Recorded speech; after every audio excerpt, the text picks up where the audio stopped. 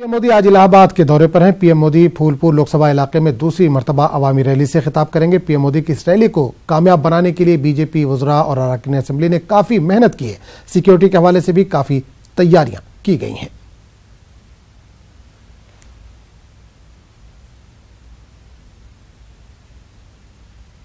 दौरे में पीएम नरेंद्र मोदी जहां संगम तट जाएंगे, गंगा पूजन करेंगे, बड़े हनुमान मंदिर में दर्शन पूजन करेंगे और अक्षय वट जाएंगे, वहीं वो झूसी के इसी अंदावा में एक बड़ी जनसभा को संबोधित करेंगे।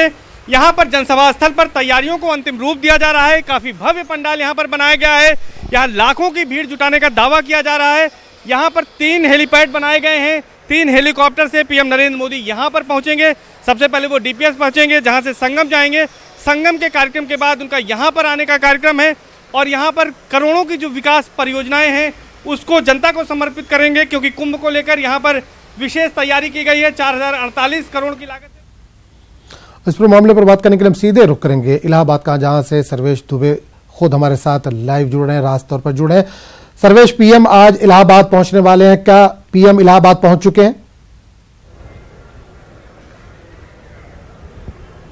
नहीं, पीएम नरेंद्र मोदी का आज प्रयागराज दौरा है और पीएम का जो तय कार्यक्रम है उसके मुताबिक वो 12:20 पर प्रयागराज पहुंचेंगे और उसके बाद सबसे पहले वो संगम तट पर जाएंगे, जहां अखिल भारतीय अखाड़ा परिषद के साधु संतों और महंत नरेंद्र गिरी के साथ गंगा पूजन करेंगे और महंत नरेंद्र गिरी ही और साधु संत ही उनको गंगा पूजन कराएंगे। इसके बाद पीएम नरेंद्र मोदी कुंभ के आयोजन को लेकर जो integrated control and command centre की स्थापना हुई, जो तय समय में से काफी पहले हो गई है, बहुत बेहद कम समय में उसका निर्माण कार्य पूरा किया गया है, उसको जनता को समर्पित करेंगे, उसका उद्घाटन करेंगे। इसके बाद पीएम नरेंद्र मोदी बड़े हनुमान मंदिर जाएंगे। ऐसा कहा जाता है कि बड़े हनुमान मंदिर शहर के कोतवाल कहे जाते हैं और कोई भी कार्य शुरू करने के पहले हनुमान मंदिर में दर्शन पूजन किया जाता है, वहां जाएंगे और उसके बाद किले में स्थित अक्षय वट का भी दर्शन करेंगे और पीएम नरेंद्र मोदी उसके बाद एक जनसभा को संबोधित करेंगे। झूसी के अंदावा में ये फूलपुर लोकसभा सीट के अंतर्गत आती है और फूलपुर लोकसभा सीट, जैसा लोग जानते हैं कि देश के पहले प्रधानमंत्री पंडित जवाहरलाल नेहरू की संसदीय सीट रही है, तो ये देश में काफी वीवीआईपी सीटों में शुमार है।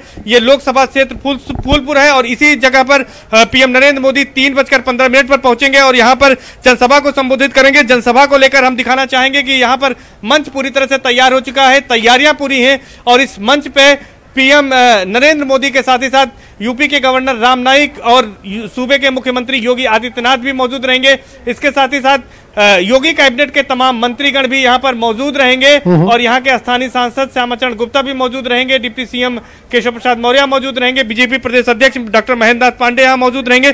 तो इस तरह से आज यहाँ पर पीएम के दौरे में तमाम वीवीआईपी का यहाँ पर जमावड़ा रहने वाला है और पीएम कुल 3 कार्यक्रमों में प्रयागराज में आज शिरकत करने वाले हैं। जी सर्वेश, क्या यह माना जाए कि 2019 चुनाव की तैयारियां शुरू कर दी है मोदी ने?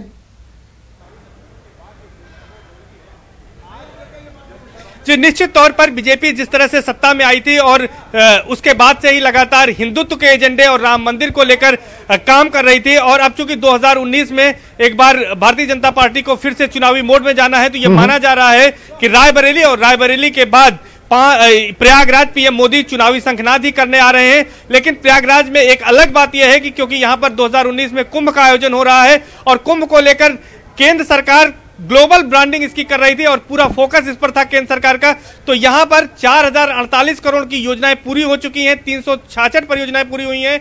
आज उनकी सौगात पीएम नरेंद्र मोदी यहां से देने जा रहे हैं जनता को और कुंभ को लेकर इस तरह का फोकस रहा है केंद्र सरकार का कि 4500 करोड़ की 700 से ज्यादा योजनाओं पर काम यहां पर चल रहा है और आज जिन योजनाओं को पीएम नरेंद्र मोदी यहां पर समर्पित करेंगे उनमें 7 फ्लाईओवर शामिल हैं, इसमें अंडर ब्रिजेस भी हैं। इसके साथ ही साथ बमरौली का सिविल एयरपोर्ट टर्मिनल भी जो नया निर्मित हुआ है 700 करोड़ की लागत से, वो भी शामिल है, वो जनता को समर्पित करेंगे। तो इस तरह से आज प्रयागराज के लिए काफी अहम दिन है और ये माना जा रहा है कि ये 2019 के लिए यहाँ से चुनावी शंखनाद भी है। जी चलिए सर्वेश, इस तमाम जानकारी के लिए आपका बहुत बहुत शुक्रिया।